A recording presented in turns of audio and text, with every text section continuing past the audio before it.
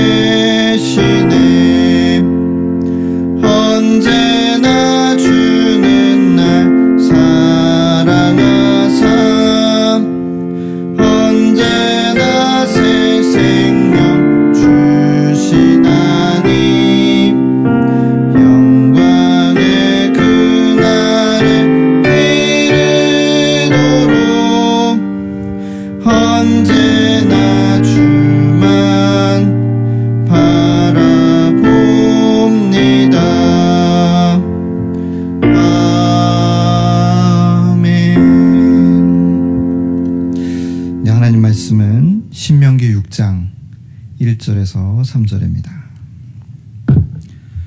신명기 6장 1절로 3절 제가 하나님의 말씀을 봉독해 올리겠습니다.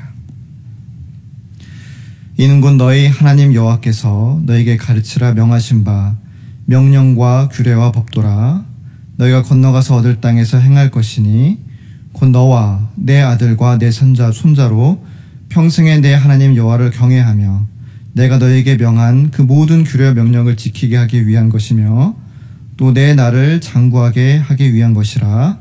이스라엘아 듣고 삼가 그것을 행하라. 그리하면 내가 복을 얻고 내 열주의 하나님 여호와께서 내가 허락하신 같이 젖과 꿀이 흐르는 땅에서 너희 수요가 심히 번성하리라. 아멘. 네, 여러분 반갑습니다. 이제 하브루타 세미나 앞으로 4주간 진행이 될 텐데 그 첫 시간을 제가 맡게 되었습니다. 이 하브루타가 무엇인지에 대해서 앞으로 좋은 강사님들 모시고 또 우리가 자세히 들을 것이고 또 마지막 날에 담임 목사님까지 또 좋은 시간들이 앞으로 올 것이라 믿습니다. 첫 시간에 부족한 제가 맡았는데 또 함께 하브루타에 대해서 고민하고 또 하브루타가 무엇인지를 함께 열어갈 수 있는 그런 귀한 시간이 되기를 바랍니다. 네, 저는 이제 하브루타 전문가가 아닙니다. 그래서 제가 처음 하브루타 강의를 들은 것은 한 5년 전쯤에 고 전성수 교수님의 강의를 통해서였습니다. 그래서 전성수 교수님 안타깝게도 지금은 고인이 되셨는데 이 하브루타라는 것을 한국에 소개해 주신 그런 분이 되시겠습니다. 그리고 올해 초 충신교회에서 3주간의 하브루타 세미나가 있었는데 저와 담임 목사님 함께 참석해서 또 교육을 받았습니다.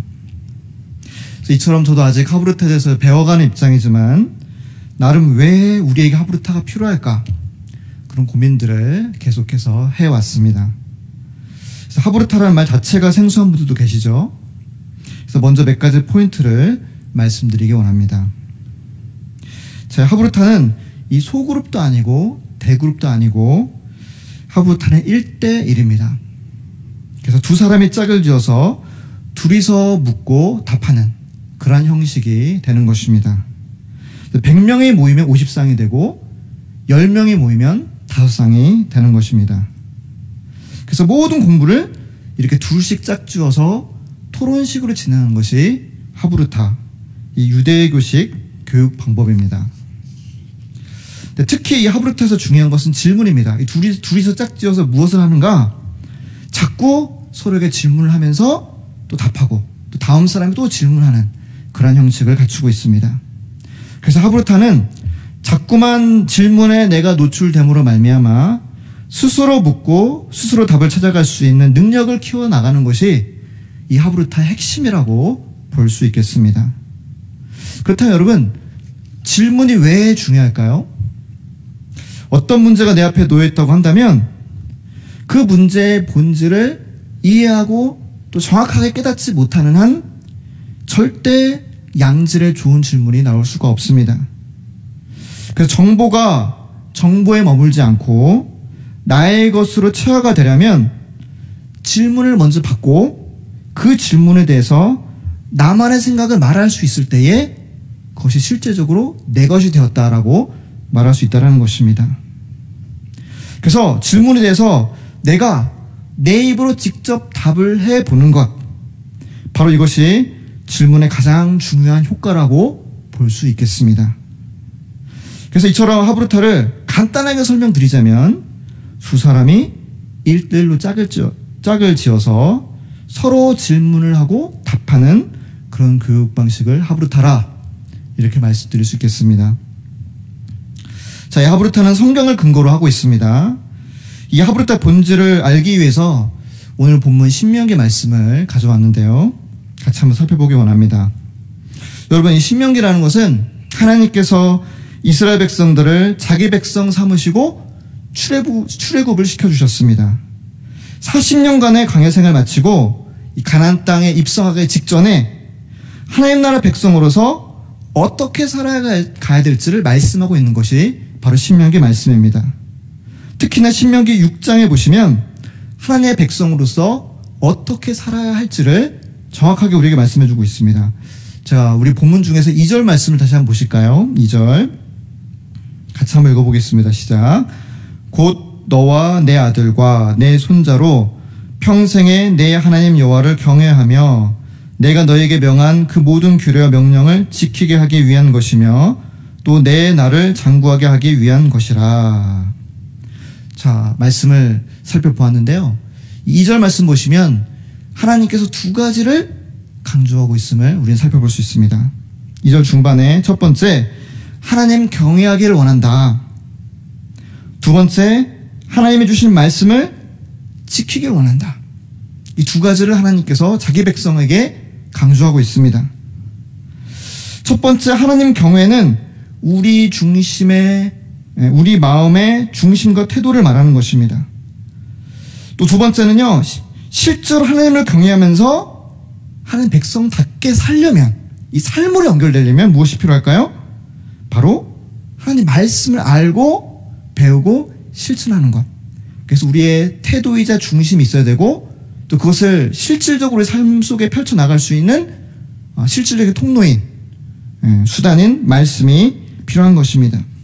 그래서 이 두 가지를 통해서 하나님의 백성들은 하나님 백성답게 살아갈 수 있습니다. 그런데 이 부분보다 더 중요한 부분이 있습니다, 여러분. 하나님 백성답게 변화되는 것도 중요하지만 도대체 어떻게 그렇게 될 수 있냐 이거죠.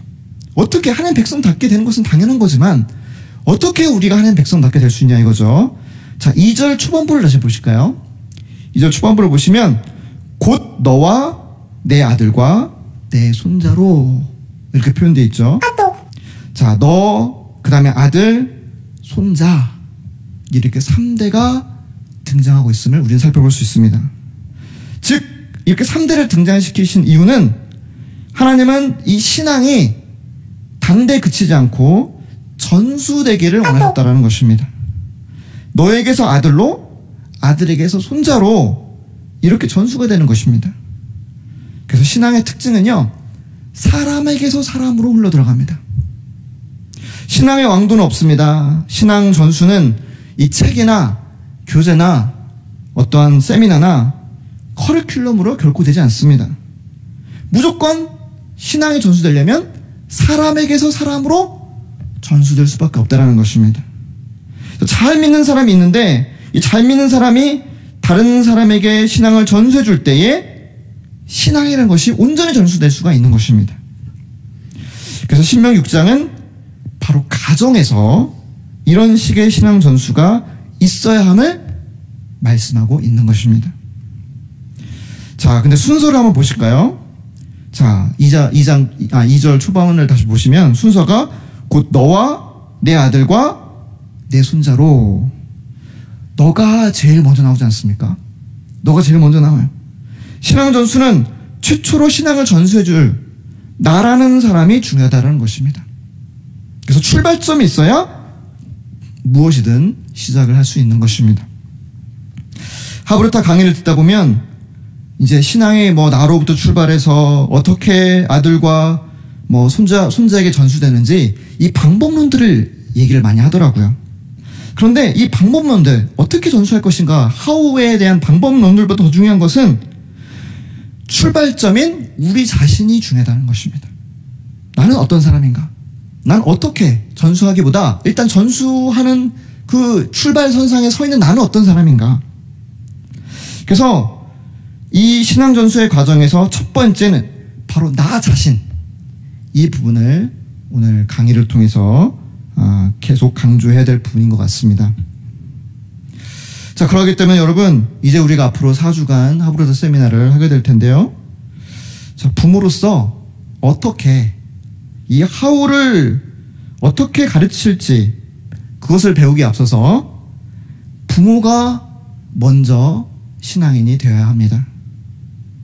자녀 교육이 되지 않는 부모의 대표적인 두 가지 유형이 있습니다.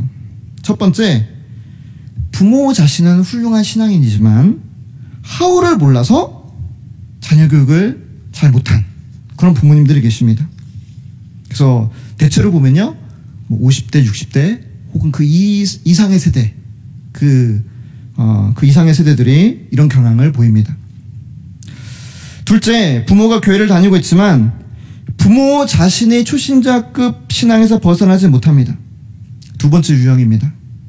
그래서 아이와 함께 교육부서 예배를 함께 다니거나 또 교회에서 주어지는 각종 미션들을 이렇게 수행하긴 하지만 사실상 부모가 스스로를 바라볼 때 스스로 말씀 기도 생활이 안 되는 그런 그리스도인들인 것입니다.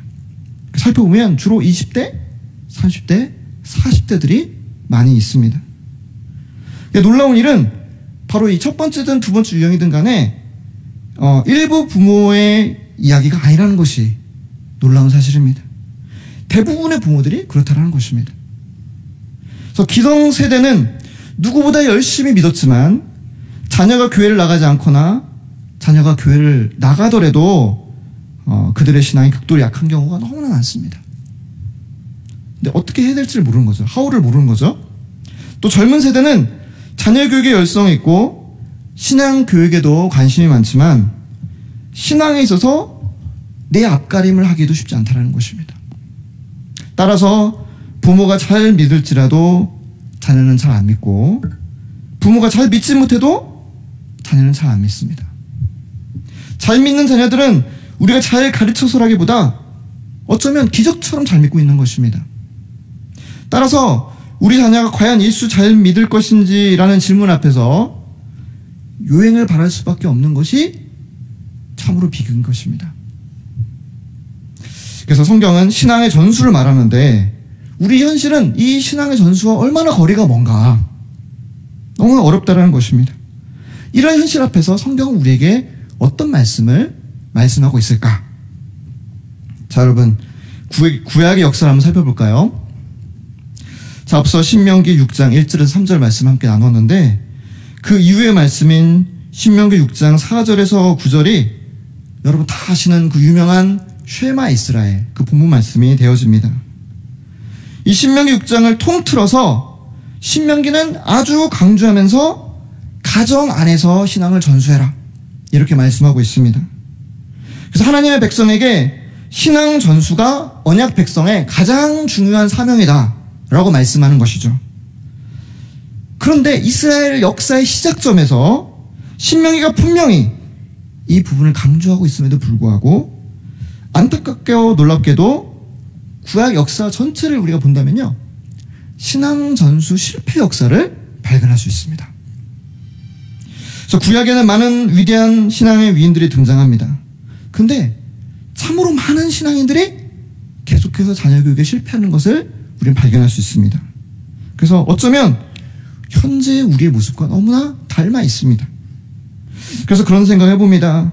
어쩌면 구약은 낙심하는 부모들에게 위로와 격려를 주는구나 그런 생각도 들고요. 그리고 모두가 함께 과연 왜 그럴까 고민하게끔 만드는 책이 구약 성경이구나 그런 생각이 드는 것입니다. 자, 몇 가지 성경 예를 한번 볼까요? 자, 성경에서 구약 성경에서 정말 하나님 잘 믿는다라고 꼽을 수 있는 사람이 누가 있겠습니까? 자, 아무래도 뭐니 해도 다윗을 뺄 수가 없겠죠. 다윗은 정말 하나님 앞에서 신앙을 인정받은 사람 아니겠습니까?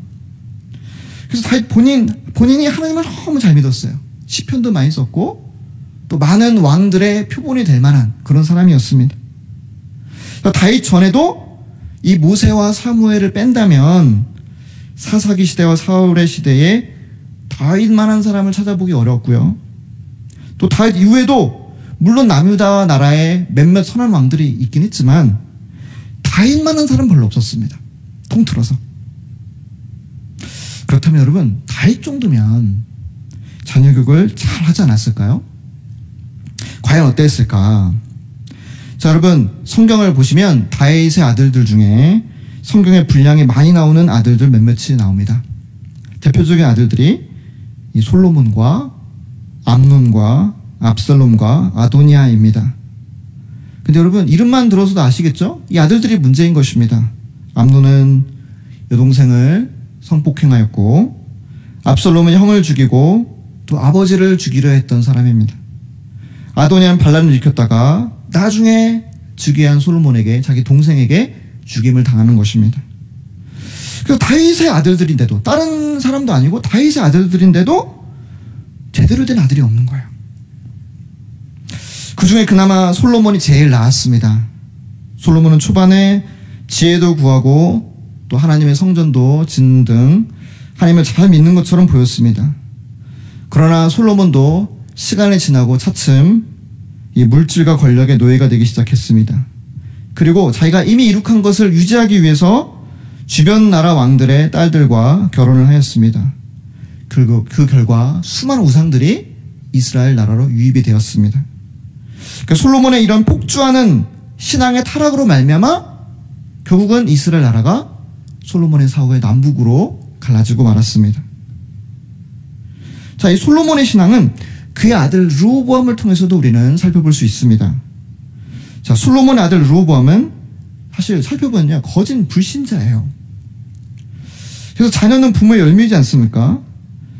르호보암의 신앙이 거의 없었다라는 것은 솔로몬이 르호보암을 신앙인으로 잘 키우지 못했다라는 것을 보여주는 것입니다.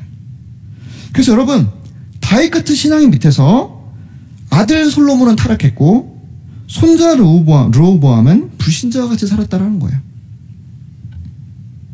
자, 구약의 좋은 신앙이라면 또한 모세를 빼놓을 수 없습니다.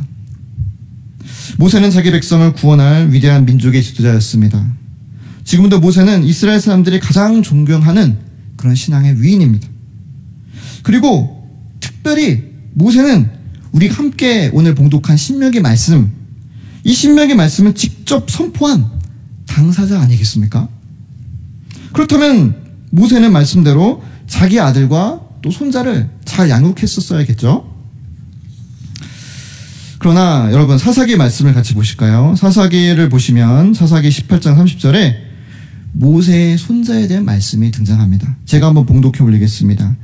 단 자손의 자기를 위하여 그 새긴 신상을 세웠고 모세의 손자 게르손의 아들 요나단과 그 자손은 단지파의 제사장이 되어 이 백성이 사로잡히는 날까지 이르렀더라. 그래서 모세 본인이 신명기 6장에서 아들과 손자에게 신앙을 전수하라고 하나님의 말씀을 이스라엘 백성들에게 선포했는데, 사사기 말씀을 보면 모세의 손자 요나단과 그 자손들이 단지파 우상을 섬기는 제사장 가문이 되어버린 거예요. 그래서 충격적인 그런 기사가 아닐 수 없습니다. 참으로 충격적입니다. 마지막 예를 들어볼까요? 사무엘이라는 단 한 명의 훌륭한 신앙인 때문에 기나긴 사사기가 종식되었고 다윗과 또 다윗 왕국이 건설될 수 있었습니다. 그래서 어두웠던 사사기가 있었던지 수백 년이 지나서 신앙의 초고수가 드디어 등장한 것입니다. 그래서 이스라엘 역사 자체를 확 바꿔버린 것입니다. 그러나 너무나 놀라워요. 그 사무엘조차 자녀 교육에 실패했다라는 거예요. 사무엘상 8장 보시면요, 이스라엘 백성들이 막 사무엘에게 몰려옵니다. 막 몰려와서 우리에게 왕을 주십시오. 그 이유가 무엇일까요?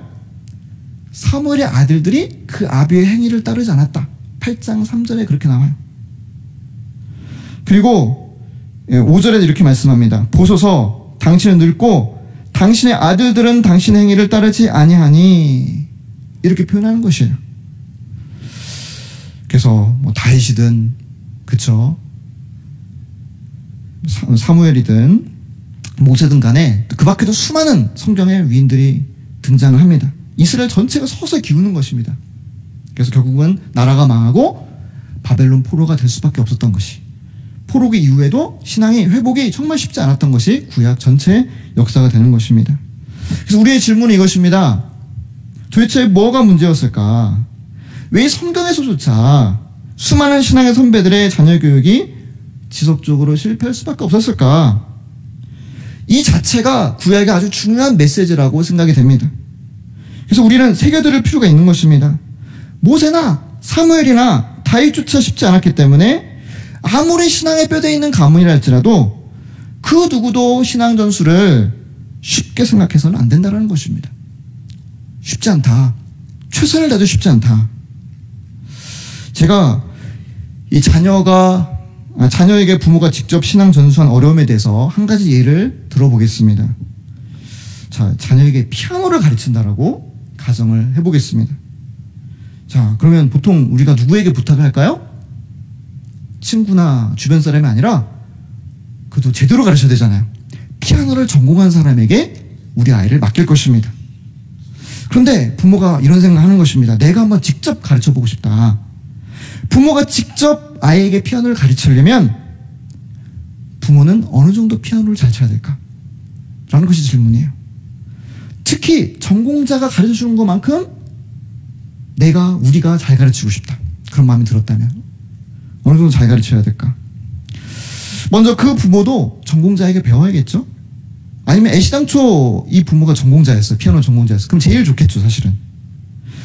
그래서 부모도 전공자 못지않은 실력을 갖췄을 때에 아이에게 피아노를 잘 가르쳐줄 수 있겠죠. 또 그래서 이제 질문을 이렇게 바꿔볼 수가 있겠습니다. 직접 전공자가 아이에게 가르치는 것과 부모가 전공자에게 배워서 본인들이 가르치는 것. 두 가지가 있는 거예요. 그렇죠? 전공자가 가르치는 것과 부모가 전공자한테 배워서 직접 아이들에게 가르치는 것. 이 둘 중에 무엇이 더 어려울까요? 자, 당연히 후자가 더 어렵겠죠. 따라서 부모가 자녀의 교육을 해야 함이 신명기 말씀의 핵심이긴 하지만 결코 쉽지 않은 사명이다라고 말씀드리고 싶습니다. 자, 이 시점에서 저는 아주 중요한 명제를 말씀드리고 싶습니다. 자녀의 신앙교육은 자녀 교육 자체가 목적일 때 절대 이루어질 수 없다. 다시 한번 읽어드릴까요? 자녀의 신앙교육은 자녀 교육 자체가 목적일 때 이루어질 수가 없다는 거예요. 자, 무슨 말일까요? 제가 피아노의 예를 말씀드렸잖아요. 피아노를 잘 가르치는 방법이 한 가지인 것처럼 신앙교육도 마찬가지입니다. 먼저 내가 잘 믿어야 되는 거예요. 먼저 내가 잘 믿을 수밖에 없는 것입니다. 그래서 자녀의 신앙교육은 자녀 교육 자체가 목적이 아니라 내가 잘 믿고 싶어야 되는 거예요. 내가 먼저 잘 믿어야 된다는 거예요. 자, 그러면 우리는 질문이 더 나오겠죠? 그러면 어떻게? How? 그럼 어떻게 부모인 내가 잘 믿을 때, 어떻게 잘 믿을 때 잘 믿는 것일까? 저는 크게 세 가지를 말씀드리고 싶은데요. 자, 세 가지입니다. 첫 번째는 복음과 거듭남입니다. 내가 경험한 복음, 나를 구원시킨 복음을 부모가 먼저 자기 입으로 얘기할 수 있어야 돼요. 내가 얘기하고 아이도 자기 하나님, 자기 복음, 자기 신앙을 얘기할 수 있어야 돼요. 부모가 자꾸만 내 신앙을 얘기할 수 있어야 돼요. 내가 어떻게 구원받았는지, 내가 만난 하나님 어떤 하나님인지. 그렇죠? 그거 없이 누군가가 대신 위탁해서 절대 이해를 해줄 수가 없습니다. 두 번째는 경건 생활입니다. 자, 부모의 경건 생활은 자녀에게 전수해주고 싶은 내용이에요. 내용입니다. 아무리 자녀에게 신앙 전수를 위한 여러 방법론들을 사용할지라도요, 부모의 경건 생활이라는 신앙의 내용이 없으면 방법들은 소용이 없어요. 자녀에게 줄 내용 자체가 없어지는 것입니다. 그래서 엄마 아빠의 경건 생활은 이거다 라고 보여줄 수 있는 그 경건의 내용이 필요합니다. 세 번째는 영적 부모의 본입니다. 아이가 오랫동안 부모와 함께하고 또 부모의 신앙을 경험하고 부모의 가까이서 인격적으로 영향을 받아야만 영적 부모의 본을 아이가 본 것입니다. 자, 오랫동안 부모의 신앙을 경험해야 됩니다. 함께해야 됩니다. 영향을 계속 인격적 영향을 받아야 됩니다. 따라서 이 부분에서 무엇이 중요할까요? 이 본이라는 것은요, 절대적인 시간이 중요합니다. 굉장히 중요합니다. 짧지만 양질의 시간으로 결코 되지 않습니다. 충분히 오래 많은 시간 자녀를 위해서 내 시간을 투자할 수 있어야 됩니다. 그렇지 않으면 결코 효과를 볼 수 없는 것이라는 것입니다. 그래서 예수님도요, 이 제자들과 아주 긴 시간 직접 먹고 자고 하시면서 함께 해주셨습니다. 자, 이를 바탕으로 우리는 세 가지 아주 중요한 원리를 도출해낼 수 있습니다. 자, 첫 번째, 신앙이란 절대 교육이나 세미나나 코스로 자라지 않습니다. 그래서 성숙한 사람과의 오랜 인격적인 관계와 교제 속에서 신앙 성장이 일어난다는 것입니다. 그러나 이 한국 교회는요, 인스턴트입니다. 다 프로그램이거나 코스인 것입니다. 그래서 프로그램이나 코스를 거치면요, 그렇게 거친 사람들이나 또 그렇게 거치게끔 해주는 부모나 그런 척은 할 수 있어요. 그러나 진짜 영적 부모가 되기는 어렵다는 거예요. 그래서 바울도 고백하기를 일반 스승은 있으나 아비가 없다라고 표현하지 않습니까? 여러분, 아기가 태어나면, 그쵸? 실제로 우리가 출산해서 아기가 태어나면 12주 과정, 16주 과정으로 부모해주면 그 이후에 딱 졸업시키고 아이가 잘 자랄 수 있을까요? 아니죠.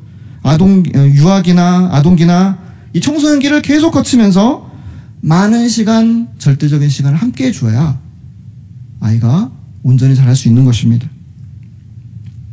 둘째, 영적 부모란 1대 소수입니다. 절대 1대 다수로는 안 된다는 것입니다. 예를 들어서 요즘 같으면 한 부모에 많아도 자녀가 2명이나 3명이죠. 많아도. 그래서 이 정도가 돼야 양육 가능하다라고 볼 수 있겠습니다. 물론 이제 더 많은 분들도 계시겠죠. 하지만 이제 2-3명도 요즘에는 굉장히 참 어렵다라고 얘기하지 않습니까? 그런데 어떤 부모에게 자녀가 100명 있다라고 친다면 양육이 가능할까라는 것입니다. 저는 한 연예인 부부의 이야기를 들은 적이 있습니다. 그들은 굉장히 선한 사람들이었고 많은 어려운 아이들을 후원하는 그런 분들이셨습니다. 그러나 그들 말씀에 한 가지 이해가지 않는 것이 있었는데, 그들이 200명 넘게 입양을 했다는 거예요. 자, 그걸 듣고 정상이 아니구나 이런 생각을 했습니다. 그 아이들에게 부모가 될 생각은 없었구나, 그런 생각을 하는 것이죠. 과거에는 한국 가정에 자녀가 7명, 8명 이렇게 되지 않았습니까? 그때 부모님들은 자녀들에 대해서 신경을 많이 쓰지 못했습니다. 그래서 아이가 아이를 키운다고 그러지 않았습니까? 근데 나중에 산하 제한 정책이 시행된 후에 한 가정에 자녀가 1명, 2명이 되었을 때 이제 자녀들에 대한 세밀한 관심과 교육이 막 일어나기 시작한 것입니다. 자, 그렇다면 한국교회 현실은 어떨까요? 이 교회 부흥기에 폭발적으로 신도의 수가 늘어나기 시작한 것입니다. 그래서 목회자들은 이 밀려드는 성도들을 다 감당할 수가 없었습니다. 그래서 목회자 한 명이 수백 명, 수천 명의 성도들을 돌보는 현상이 발생하기 시작했습니다. 그렇게 된다면 목양이 되지 않는다는 것입니다. 관리밖에 될 수 없는 것입니다. 마치 자녀를 잘 기르려고 해도 자식이 100명이면 관리밖에 안 되는 것처럼 같은 원리라는 것이죠. 그래서 성경은 성도의 교제의 가장 기본 단위를 1대1에 두었습니다. 가정에서 부부는 1대1이에요. 그렇죠? 남편과 아내. 그래서 일부 다처제는 성경적이지 않습니다. 예수님도 공동체 최소 단위를 말씀하셨을 때 2-3사람이 내 이름을 모인 곳에 내가 너희와 함께하리라 말씀하셨어요. 공동체 최소 단위는 2명, 3명이라는 것입니다. 그리고 하브루타도 우리가 앞으로 사주간 할 텐데 1대1로 2사람이 짝지어서 교육 방법이지만 더 나아가서 신앙 전수의 방법이라는 것입니다. 1대1로 한다는 것입니다. 셋째, 부모의 신앙을 자녀에게 전수해주기 원한다면 제대로 된 부모가 확보되기 전에는, 정말 제대로 서 있는 부모가 확보되기 전에는 절대 그 부모들을 통해서 자녀 교육이 제대로 이루어질 수 없다는 것입니다. 양질의 장교 없이 훈련된 사병이 존재하지 않지 않습니까? 자, 그래서 이 구약이 신앙 전수 실패 역사였다면요, 신학이 정말 복음의 책이에요. 신약에서는 계속해서 믿음의 유산들이 전수가 되는 것입니다. 이게 신약이에요. 구약에서는 신앙의 고수가 몇백 년에 한 번 등장한다면 신약에서는 한꺼번에 많은 잘 믿는 사람들이 등장합니다. 이게 구약과 신약의 차이입니다. 왜 그런 차이가 날까?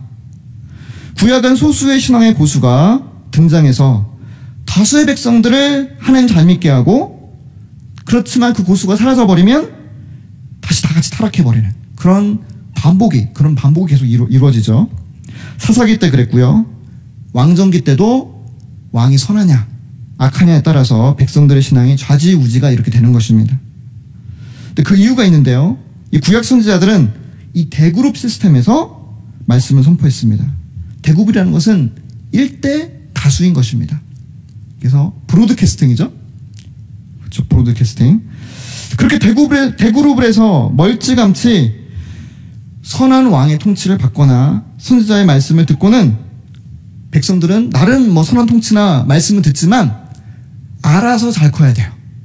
알아서 잘 커야 됩니다. 마치 이런 것입니다. 여러 가지 연구가 나와 있잖아요. 왜 미국 흑인 빈민가에서 또 한국의 어떤 역기능적 가정에서 좋은 사람이 나오기 어려운가? 교육학적으로. 그렇죠? 자, 좋은 부모 없이도 악착같이 노력해서 간혹 가다가 좋은 아이가 나올 수도 있어요. 하지만 대부분 알아서 잘 커야만 한다면 스스로 좋은 사람이 되기가 너무 어렵다라는 거예요. 따라서 신앙적으로 알아서 잘 크려면 대부분 실패할 수밖에 없다는 것입니다. 이것이 구약의 역사입니다. 좋은 신앙을 배출하기 위한 가장 좋은 방법은 결론적으로 알아서 크지 않고 좋은 육신적인 부모, 좋은 영적 부모 밑에서 자라는 것이다. 좋은 부모 밑에서 지속적으로 신앙의 교제와 말씀 나눔이 인격적인 교제 안에서 이루어질 때 아름답게 정상적으로 건강하게 자라날 수 있는 것입니다. 예수님께서 이것을 보여주셨습니다. 예수님의 방법은 구약과 달랐습니다. 예수님은 하나님의 아들로서 직접 땅에 내려오셨고 직접 제 아들을 숙식을 함께 하시면서 가르쳐 주셨습니다. 무리에게도 복음을 전하셨지만 예수님의 대부분의 시간들은 또 에너지들은 늘 12제자에게 쏟아부으셨습니다. 그래서 무리는 혹시 못 알아들을지라도 이렇게 내버려 두셨지만 제 아들에게는 다시 개인적으로 따로 가르쳐 주셨습니다. 그래서 무리를 늘리려다가 12제자가 제대로 양육되지 않았다면 성경도 기록되지 않았을 거예요. 초대교회 지도자들도 없었을 것입니다. 그래서 무리를 더 늘리기 위한 사역보다 12명의 작은 예수를 만드는 것이 예수님에게 훨씬 중요했다는 것입니다. 이것이 신약의 원리입니다. 여러분, 말씀의 결론을 맺겠습니다. 여러분, 어떻게 보면 이 하브루타도 방법론이라고 볼 수 있겠습니다. 어떤 방법론일까요? 어떻게 하면 아이들에게 신앙을 잘 전수할 수 있을까? 성경에서 방법을 찾은 것이고 성경의 민족인 유대인들이 성경의 방법대로 이미 실천하고 있는 그런 방법이 하브루타입니다. 근데 이 하브루타가 방법론이다 보니 효과를 제대로 보려면 반드시 전제 조건이 붙습니다. 반드시 좋은 부모, 훈련된 부모, 영적으로 이미 바르게 서 있는 부모가 있을 때에 하브루타라는 방법으로 자녀의 신앙교육이 이루어질 수 있다는 것입니다. 그래서 여러분, 결론은 이것입니다. 우리가 먼저 잘 믿어야 되는 것입니다. 잘 믿는 것이란 세 가지였죠. 복음으로 거듭나야 되고 내 복음을 얘기할 수 있는가? 내가 부모로서 아이들에게 부끄럽지 않게. 또 부모가 자녀에게 전수해줄 수 있는 신앙의 내용이라 할 수 있는 우리들의 경건 생활이 있는가? 그래서 부모의 경건 생활이 존재해야 됩니다. 그래서 잘하든 못하든 경건 생활 너무 잘하는 다른 사람들 이야기가 아닌 나를 직접 양육해주고 있는 우리 부모님의 경건 생활이 무엇인지 아이들에게 보여줄 수 있어야 되는 것입니다. 마지막으로 오랜 시간 인격적인 관계를 통해서 영적 부모가 되어줘야 됩니다. 그래서 신앙 전수를 위해서는 많은 시간이 투자돼야 됩니다. 짧고 효율적인 그런 신앙 전수란 존재하지 않습니다. 투자를 해야 되는 것입니다. 그래서 여러분, 이 하브루타를 방법론으로 전락시키지 말고 하브루타를 하는 분들 중에 질문 만들기라든지 또 이제 이 방법론을 가지고 스트레스 받고 집착하는 경우도 있더라고요. 또 혹은 동화책이나 또 교재나 여러 컨텐츠를 만들기 위해서 에너지를 많이 쓰게 됩니다. 그러나 그것보다 더 중요한 것은 예수님이 제 아들에게 목자가 되어주셨던 것처럼 나는 어떻게 우리 자녀들에게 영적 부모가 되어줄 수 있을까? 그래서 본질대로 정직하게 기술을 쓰지 않으면서 이렇게 복음의 씨를 뿌릴 때 하나님의 나라 열매가 가정과 교회 가운데 맺히기를 축원합니다. 기도하시겠습니다. 사랑의 주님, 주님께서 우리에게 가정이라는 귀한 선물을 주셨고 몸된 교회를 통하여서 생명의 복음을 전해주셨습니다. 주님, 하지만 가정 안에서 부모가 하나님의 사명을 받아 나의 허락된 귀한 선물인 자녀들에게 예수 그리스도와 복음을 전해주는 것이 얼마나 어려운지 모르겠습니다. 구약의 수많은 신앙의 위인들도 그것이 참으로 어려웠고 또한 우리의 믿음의 선배들도 그것을 참으로 어려워했습니다. 하지만 그럼에도 불구하고 우리가 또한 주님께서 주신 사명을 잘 감당하기 원하오니 가정 안에서 자녀들에게 또 몸된 공동체 안에서 영적으로 어린 영혼들에게 우리가 영적 부모가 되어줘서 그들에게 예수 그리스도의 생명의 복음을 전할 수 있는 우리 모두가 될 수 있도록 주님께서 축복하여 주시옵소서. 특별히 3분의 많은 가정들을 기억하여 주시옵소서. 주님, 우리가 정말 최선을 다해서 다른 것보다 이 부분을 최우선순위로 삼고 우리의 노력과 에너지와 특별히 내가 먼저 잘 믿고 내가 먼저 잘 세워져서 하나님의 사람이 되어주고자 하는 그 목표를 세울 때에 우리뿐만 아니라 자녀까지도 예수를 잘 믿고 예수 앞에 나아갈 수 있는 귀한 또한 통로가 될 수 있도록 주님께서 붙들어 주시고 뿐만 아니라 또 인격적인 관계, 유기체적인 공동체를 통해서 계속적으로 신앙이 나눠지고 말씀이 소통되어지며 또한 복음을 함께 나눌 수 있는 그러한 신앙 공동체로서의 기능을 3분의 모든 가정들이 회복할 수 있도록 주님께서 붙들어 주시옵소서. 그래서 앞으로 또 3주간 이어질 하브루타 세미나뿐만 아니라 3분교회 모든 또 가정 사역을 통하여서 하나님 나라가 가정 가운데도 온전히 확장될 수 있는 귀한 시간으로 삼아 주시옵소서. 감사드리며 예수님의 이름으로 기도드렸습니다. 아멘. 네, 다음 주 3시 30분에 두 번째 이성준 목사님 강의가 있겠습니다. 그때 또 많이 참석해 주셔서 또 하브루타 함께 배워나가길 소망합니다. 이상으로 마치겠습니다.